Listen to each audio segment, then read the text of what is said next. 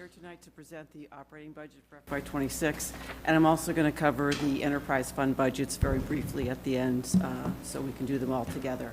I also wanted to tell you that to the gentleman who asked about the detailed budget, the full operating budget with a message, all 100 pages, you can find the link right from our homepage, and I would really encourage people to look at it because it's an incredible amount of detail for every department. Closer to the microphone, Blythe, if you could. It's an incredible amount of detail for every department on exactly where every dollar's supposed to be spent. And I think that if people want to spend some time on it, they would really find it interesting to read. So jumping right into it, this first slide is our budget objectives. You saw those in they were in the resolution that the council took up in November, and there are guiding principles for the budget each year. Maintaining and improving our services, promoting economic activity, preserving our buildings and critical services, making sure we use recurring revenues, that we budget for contingencies prudently, and we do our best to find grants to help offset costs.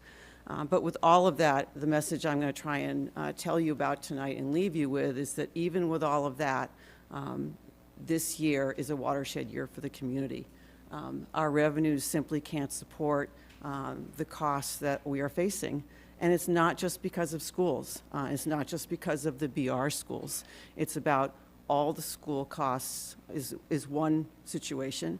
But even if those were within our revenue estimates, the other costs that we face this year have meant that we've had to cut back in our expenses and our positions on the town side of the budget. And I would also tell you that we're not alone. I was in a meeting with a number of other area managers earlier today, and there are overrides in a number of communities. One's just failed in one community, but I'm seeing more than are typical. And so I would tell you that even with all the diligence that this town has used over the years to stay within our means, it's become unsustainable. So we'll talk about that a little bit more. So just to go over the process that you're aware of, you take up and pass the budget resolution in November, and then the Finance Department and I start looking at the sources and uses, and we give you that first level look February 1st. Then we really dig into it more. We provide guidance to our departments. We have joint meetings with other groups, and that leads to then very detailed meetings with all of our departments throughout March, checking state aid numbers, pension increases, health insurance, and those sorts of things. And that leads to the detailed budget you got on April 1st, and we're starting to talk about tonight. So I'm sorry this is hard to read, but I would encourage you to look at the budget book that's on the website. It's very high level of revenues on one side of the chart, expenses on the other, and the overall increase is 6.087%. That only includes, for the BR district, the amount of money that we can afford with what the revenue sharing process has been over the years. That increase is 4.67% because not every revenue that we get goes into that model, and Lori can back me up on that later if we have a specific question. But that sharing model is 4.67, and that's what's in this budget. The difference is that only covers about 1,500,000 or so, and the difference between that and 7.5 million is what the focus is of part of an override. So that's the big difference. But as I said earlier, that also still means that we've made cuts on the town side as well to achieve just this budget. So let's dig into revenues a little bit deeper. Here's a 5-year look at revenues for the town. And they have slowly increased over the years, mostly in the area of tax increases, but some of our other increases, other revenue sources such as state aid, local receipts, and transfers have also slowly increased, but it's a modest change, which is typical of most communities of these days. So looking at it in a pie chart form, where does the town get most of its money? It does come from tax revenue from businesses and residents, 80%. And then the other three slices of the pie are fairly equal, made up of that state aid, local receipts, and other funding sources. So I want to look at each one of those sections individually. This is property tax revenue. And as you can see, this is from FY21 until projected next year.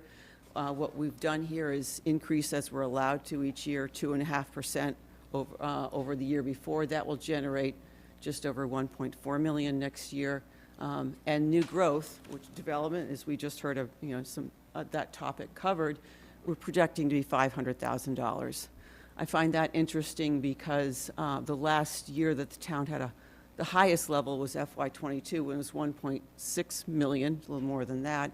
And as you can see, it's been coming down. Last year, it was, the recap sheet showed 963,000.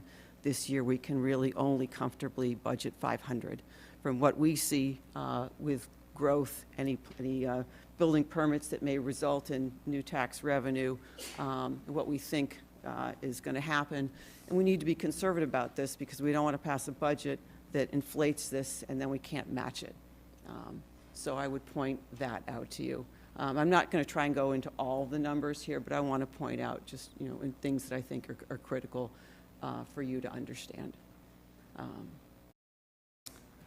So jumping into state aid, we use the governor's budget to plan each year. That has been a fairly reliable source of revenue, and typically the House and Senate sides of the legislature don't make significant changes, in part because they also have gotten into a process like we do of looking at revenues closely and seeing what they think the state can afford in the next year. I don't remember what the percentage is exactly of that year, but it impacts our unrestricted government aid. That's the number that generally goes up the most. I think it's 2 or 3%. Do you remember? 2% next year. And the other revenues that you see, state-owned land, public libraries, Chapter 70 are all formula-driven. The one that jumped out is not a big change, but it is in terms of total dollars, but veterans benefits with the HEROES Act, that will allow us to recover some of the exemptions that we are giving to veterans. And it jumps from 40 to 80,000 in the governor's budget next year. So I thought that was interesting. Looking at local receipts, these are the things that we collect directly. The biggest one for any community is motor vehicle excise. It's the top number. We are budgeting that at just over 3.9 million. That is an increase from last year. And the other revenues are changing by small amounts. As we do every year, we take a very conservative approach here to make sure that we are, again, not setting a budget that we can't meet. But even more importantly this year, the concern we have is seeing what's happening at other levels of government. Are those impacts going to impact us? This is probably the one way that it impacts us the most. If people decide they're not going to buy a new car or lease a new car, that can affect our motor vehicle excise. If the cost of goods to build a new home change significantly, building permit revenue might fall off. And so we're very careful about that. The second reason is that, and I'm going to talk about this later, as you all know, our capital expenditures to make a major repair to a building, buy a new police car, buy computers, those sorts of things are not covered in our operating budget. One of the key ways that we're able to fund that for ourselves as well as our BR school district is to conservatively budget our revenues. And so when they come in higher than we'd planned or our expenses are lower, that generates free cash that you've heard about. That goes into various funds. That is almost the only way, except for grants and maybe some other small amounts, that we can fund those really important things. And so we want to be careful here so we can plan for that future. And then there are other funding sources. This makes up about 6% of the revenue. The important one here has typically been and continues to be ambulance revenue. We have increased it by $84,000 next year. From what we bring in from ambulance billing, pays for some of the personnel costs in the fire department, the medical supplies we use, and we contract out the billing services because frankly, billing companies do it better than and more effectively than we can. Those expenses all need to be paid for, and this helps balance those costs. The other one I thought was interesting is the golf course. The golf course was contracted out to a private firm to run in FY23, I believe. That has continued to bring in more revenue each year, and it's interesting to me that the debt on that will be paid off in the next 2 years, but even with the debt and the legacy costs for employees that we still have responsibility for with pensions, we're able to increase the revenue here by $200,000 for next year. So I know it's been a controversial project, but it is actually starting to really make a difference for the community. Lori and I just had a meeting with them recently. I think the number of rounds was 42,000. It sounds like a lot to me, but I haven't played golf in a very long time, so I don't know. Turning to the expense side, again, another really busy chart, but this is the very high level of all of the expenses for all of our areas of government and schools. Town side is on the top side of the chart. School and the related debt is on the bottom, and these are all the school districts. And so all told, that is $78 million. I noticed in looking this chart that the general government increase over this whole period lagged behind the school costs, but that's typical. School costs tend to go up higher. This is not a surprise in my experience. And then the other part that we have to pay for that isn't always talked about is the state and county assessments. You've heard of the document called the cherry sheet. That's what the state sends out about telling you what the revenues are that they're going to provide and the costs. Well, we do have costs. We pay state assessments for various services and county assessments for things like that Plymouth County provides. State assessments might be mosquito control and MBTA.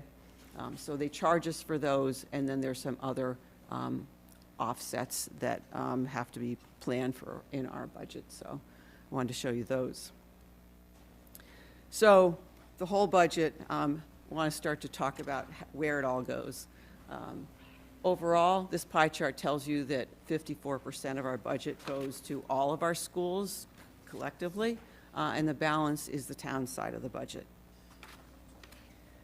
Breaking it down further, if we just look at the town side of the budget, 82% of everything we spend is our people.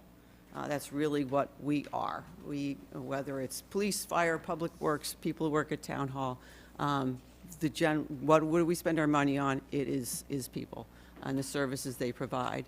A very small part of the budget ends up being debt service, expenses, things that we need to buy to do our work, and then those state assessments is just 1%.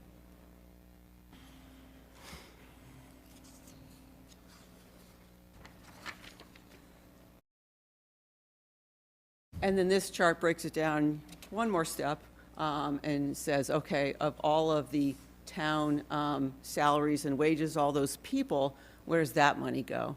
And the largest part of the pie is for public safety, police and fire. They're together just under $14 million. The next piece is the benefits for all employees, health insurance, life, retirement, those sorts of things that we are obligated to provide for any employee working more than 20 hours a week by state law. And then the smallest parts of the pie is everything else. General government, I would describe as people who work in this building generally.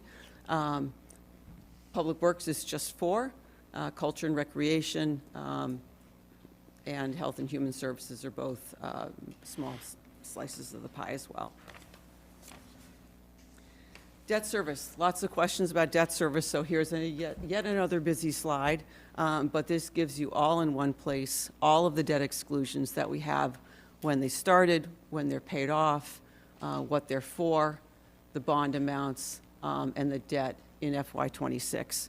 So whether they're within the levy or they're a debt exclusion, meaning that voters were asked, do they want to pay for debt to, for the Bristol Plymouth Votech School or the fire station. Slightly different how they work, but they're all listed there, and those next year are almost $6.7 million. So this chart shows you slightly differently that on the left side, you see within the levy limit several debt service items. You see the Elm Street diff that's been talked about a little bit, fire engine equipment from 2012, and the 2 golf course ones that I mentioned. And on the right side of the page, you see the debt exclusion payments for next year for things that were debt excluded. And as you can see, the fire station is on there. We're paying for it in FY25. We'll be continuing to pay for it in FY26. Lori's office calculated for us what the total amount added to the tax rate is for these. For total together in current year FY25, it's 91 cents on the tax rate. So the 1183 tax rate, 91 cents of that pays for debt. The projected amount for FY26 is $1.30. Some of those things like I think the current year the fire station is $500,000, and next year the payment is 1.4. So it has to go up a little bit. But as things get paid off, it comes down. So I'm not going to make this a talk on how debt works exactly, but those just some points to make. So what are our challenges this next year? As I mentioned, most of our budget is people. Salaries are 19 million and some change for the town side of the budget, and benefits are the balance, and those go towards health. Pension is up almost 13.8%. It's a fixed cost that we cannot avoid. We have workers' comp for employees, and for police and fire, their version of workers' comp is called 111F. On the other side of the chart are just a random sample of all the things that we buy.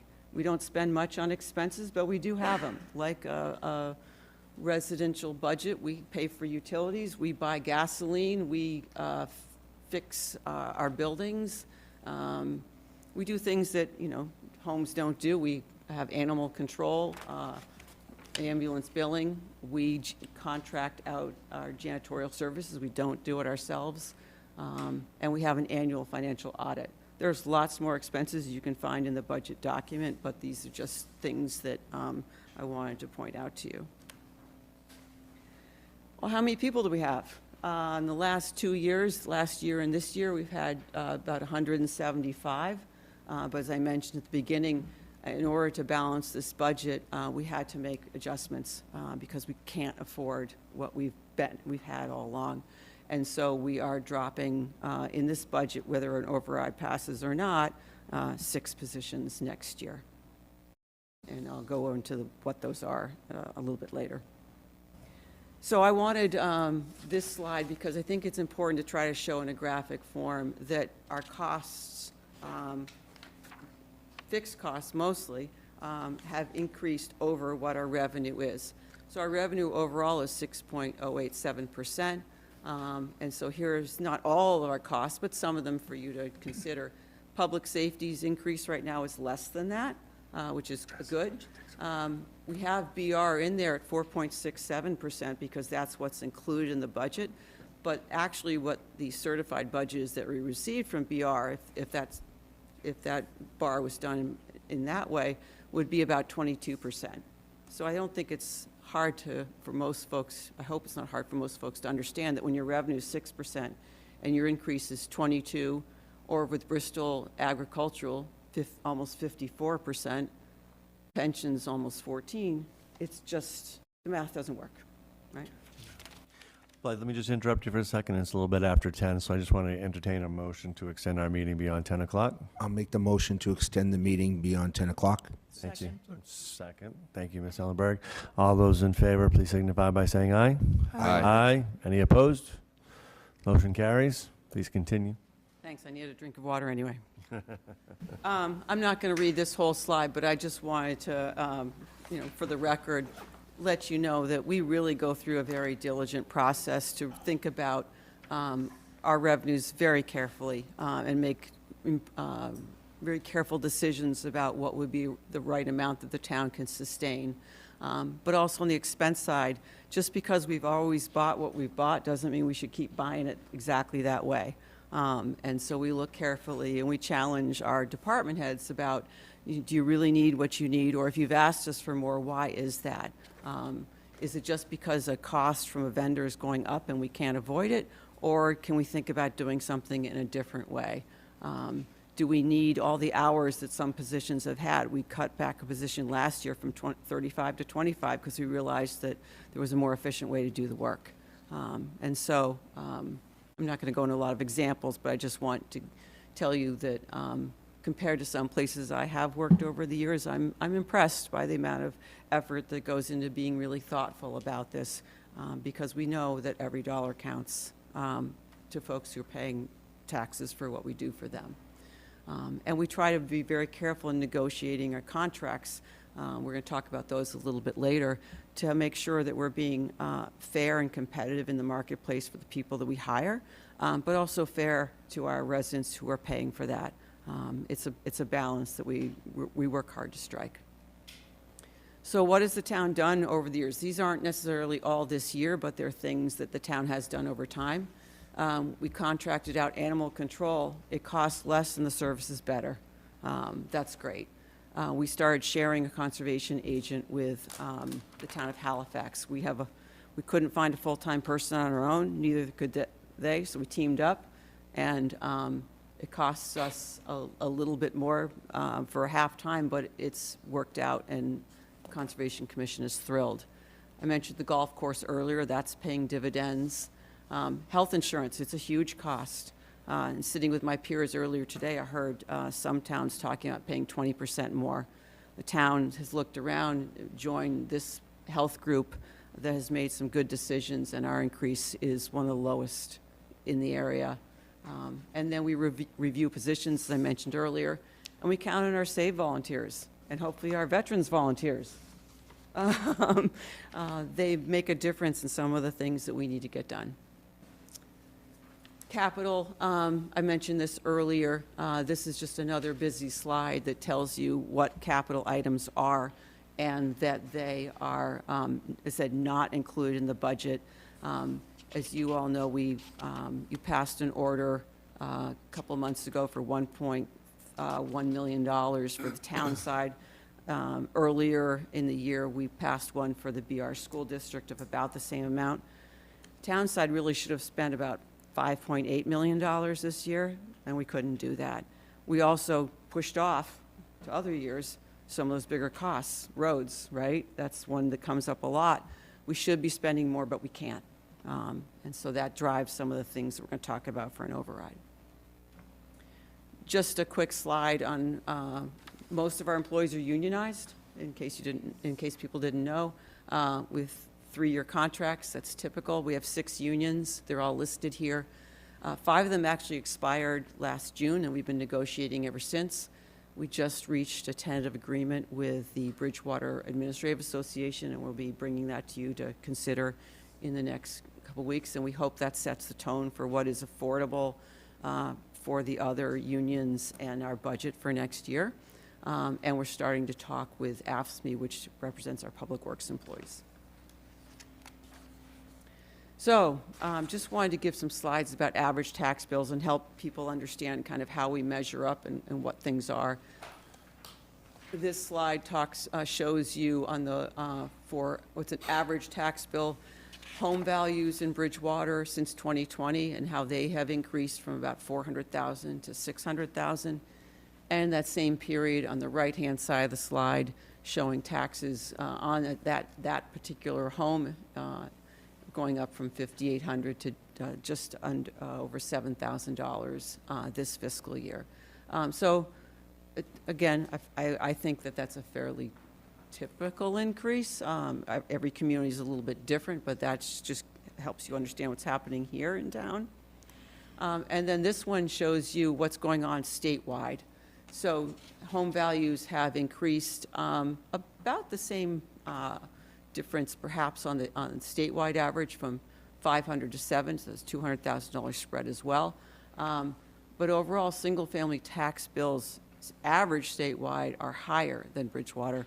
That number this year is $7,700, or about $700 more. And I love this slide. This takes the average tax bill this year of $7,027 and shows you how much goes to each major area. So public safety, that costs $1,324, but general government's $400. So it just helps people understand how much of everything where it goes this particular year. We also thought it was important to make sure that people understand about education costs and how that stacks up to that average tax bill. So average tax bill, $7,000. The state tells us that in FY23, so this information is lagging a little bit, the average price per pupil expenditure was over $21,000. The lowest community in the state, I don't know who that was $11,000. The BR school district, from their budget of earlier this month, said the price is $16,122. So a home paying $7,000 does not cover one student in school. It's just data. So, and then just showing the information a slightly different way, here's if we took $1 of someone's taxes, this mirrors what we showed you earlier. 54% of the budget goes to education, so 54 cents. And then you can see the smaller pieces of the pie on the other side. Public safety, again, being second, benefits third, and so on. So this is a different slide that shows you Bridgewater spending per capita versus the state. And I think this is from FY24, Lori? Yeah, so it's, again, it's a little bit dated. But this was interesting to me that Bridgewater has been, you could argue, effective over the years. In FY24, we were lower than in every area, with really the exception of fire. And most impactful, and I think the school district understands this, education, we're lower by the biggest difference that you can see. And then one more look at this. The state also gives us information of what they consider our peer communities, and I'm sure we could have a interesting discussion about whether these really are our peers, but that's the data they show us. And so for the single-family tax bill, we fall, somewhat, I wouldn't say in the middle, but supposedly on the higher end, but there are towns that our average bill is higher. The Bridgewaters, our neighbors, are a little higher than we are. Anyway, just wanted to show it to you in a different way. So when we talk about the cuts on the town side, what are we talking about? These are positions that, for the most part, are ones we have not, that are vacant or about to be vacant for various reasons, and so we will not actually be laying anybody off, but these will not be able to be funded in order to meet the need. It's one firefighter paramedic, so that might impact service delivery or overtime costs. One police cadet. Police cadets are utilized to support the desk for 911 calls with the police officer who's already on the desk. That might mean needing to pull an officer in if there's a need off the road, perhaps, to help cover. So that is concerning. Public Works, loss of a mechanic and a laborer will impact our service delivery for everything that they do. We really should probably have a second building official in inspectional services, especially when building activity picks up, but we're eliminating that position. Also means that we don't have anyone to rely on when he is out or on vacation. That is challenging. Reducing the hours of the person in our office that supports all the boards and committees by 5 hours a week, and eliminating a position in the treasurer's office. We also looked hard at a number of expenses, and this is the list that we came up with. This total list adds up to about just over $300,000. And again, it's across the organization. It's a study that we thought was important to make sure we're being smart with what we're paying employees in the future. But it's building supplies, it's training materials, it's library books, it's taking care of our buildings. We don't, with the custodial services that we use, we clean buildings about twice a week. That maybe works okay in this building with, you know, the office space, but I can promise you it doesn't work well in the library and the COA, where you have very high foot traffic, usage, lavatories. It's not necessarily good. We wanted to increase it. We felt like we couldn't this year.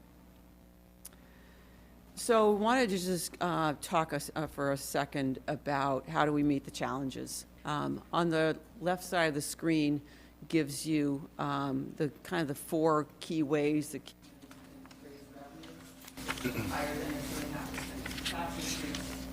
Is lobbying state for more aid in various ways, increase what we charge people for services, and then there's development. And you just heard about development earlier tonight. On the right-hand side of the screen, we've taken information that was from the Perkins development. It's already been out there to show you just what that project is. And I don't mean to say that every project is this way or add up exactly what it is. But in that particular project, the total revenue one time is just over 1.5 million. If the project was 38 million, as I understood it was supposed to be, that's $450,000 in dollars, and the estimated impact is 320 or so, mostly made up of school impact because that development, I guess, is sitting 10 children in the school. So just gives you an idea of how something like that can start to change the overall picture. But of course, there's lots of variables about what developments come forward, what they mean, when it happens, and what their impact is. So an override. So I want to be clear here that these are the various items and things for the council to consider. We very much understand that impact on residents is important, is very important to mind. But we felt it was important to put in front of you some, besides what the school district needs, other things that we think would be impactful for the town for you to consider. At the end of the day, is this the right number? I leave that with you to decide. But we felt like we should give you the information for you to be able to debate it. So it's the difference, the first line is the difference for what the school district is certified to fully fund that. The second is our recommendation of how to make a impactful change in our roads. I'll talk about that a little bit more. Third category is to restore those 6 positions and those expenses that we took out on the town side. It's feasible. And then you've heard presentations from several departments in recent months about what they should be doing. So we felt it important to tell you what we think you should consider. But again, I want to make sure it's clear that that's something for you guys to. So this is just showing the school number a different way. Total school, PR school budget certified is the top number. The amount that is responsibility of Bridgewater is 40 million number. What's in our budget is $34 million number. The difference is $34,000. So these are, as I mentioned in the other slide of the cuts, these are the positions that we've added back in. And these are a total of about $416,000. That covers their salary and their benefits to make that whole. And then this list, as I mentioned, you've heard from police and fire. Okay. Talk too much. Darn. we felt it was important to talk to you about the things that we felt the town should be considering. You've heard Chief Schlatt's talk about the need for to fully fund an engine at Station 2. We have four shifts, so if you're going to add one person to 4 shifts, you get 4 people. That's how we come up with that number.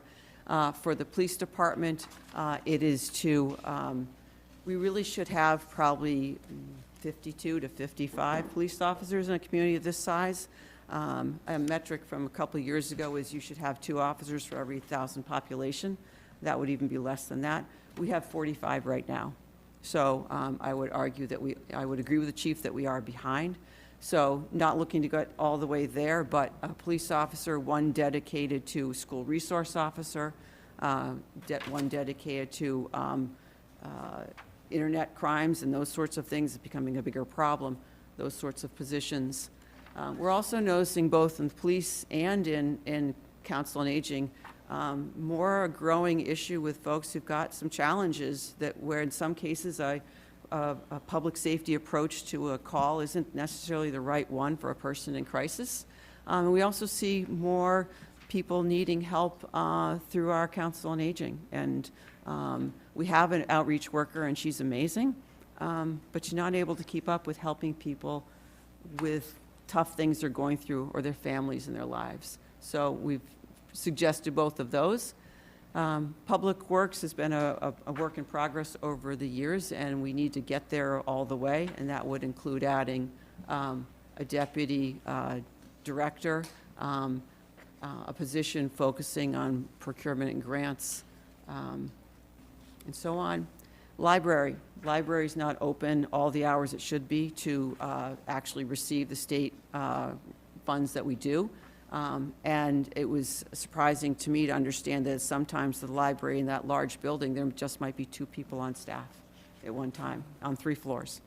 And so adding a librarian and assistant would make a difference to them meeting that threshold and being able to really meet the demand.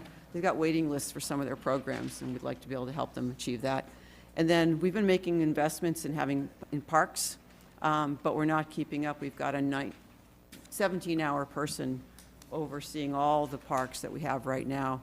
And so adding 2 part-timers that would, or adding some hours would really help make a difference to that. So that's what makes that all up, and that's the $2 million number with salaries and benefits. Is this right at all, or at this number? I'm looking forward to you debating in the future. And then on roads, so we have 107 miles of road that we're responsible in town, and the current overall rating for the good roads, the not so good roads, is a 63 or a D-. I bet you people would say to me, is it really a D- or is it less than a D-? Whatever. We've picked $2 million for the reasons that if we could mill and pave 5.7 miles a year, or do a full depth reclamation of 3.5 miles a year, or some combination of those, we believe that would, if that's spent every year, so if you raise the levy limit to have $2 million that we could dedicate year after year after year, we think we could raise the overall rating to an 85 or get it to a B. There are some caveats to that. That doesn't include our Chapter 90 allocation, which would be, right now it's $750,000. We're hoping with the governor's budget it will go to a little over $1 million. So we actually might be able to make more progress than that, or do other things like crack sealing a fairly new road that helps keep it in good shape longer. But paving costs go up over time. Some roads might need some drainage work. So those are things that might change those numbers a little bit. And of course, water and sewer upgrades might be needed on some streets. Those need to be paid by the water and sewer enterprise, and so we'd have to solve that puzzle, in a different budget. But it would help us start to make progress. Somebody asked earlier, well, why isn't this a debt exclusion? You can do roads through a debt exclusion, and you can simply decide to pay for them in your budget in an override. Either one is fine, it's what's right for the community. So this is an idea. And is this the right number for this year? Again, something to be discussed, but we wanted to put that out there for discussion. So what's it all going to cost, right? We've handed out some copies of this.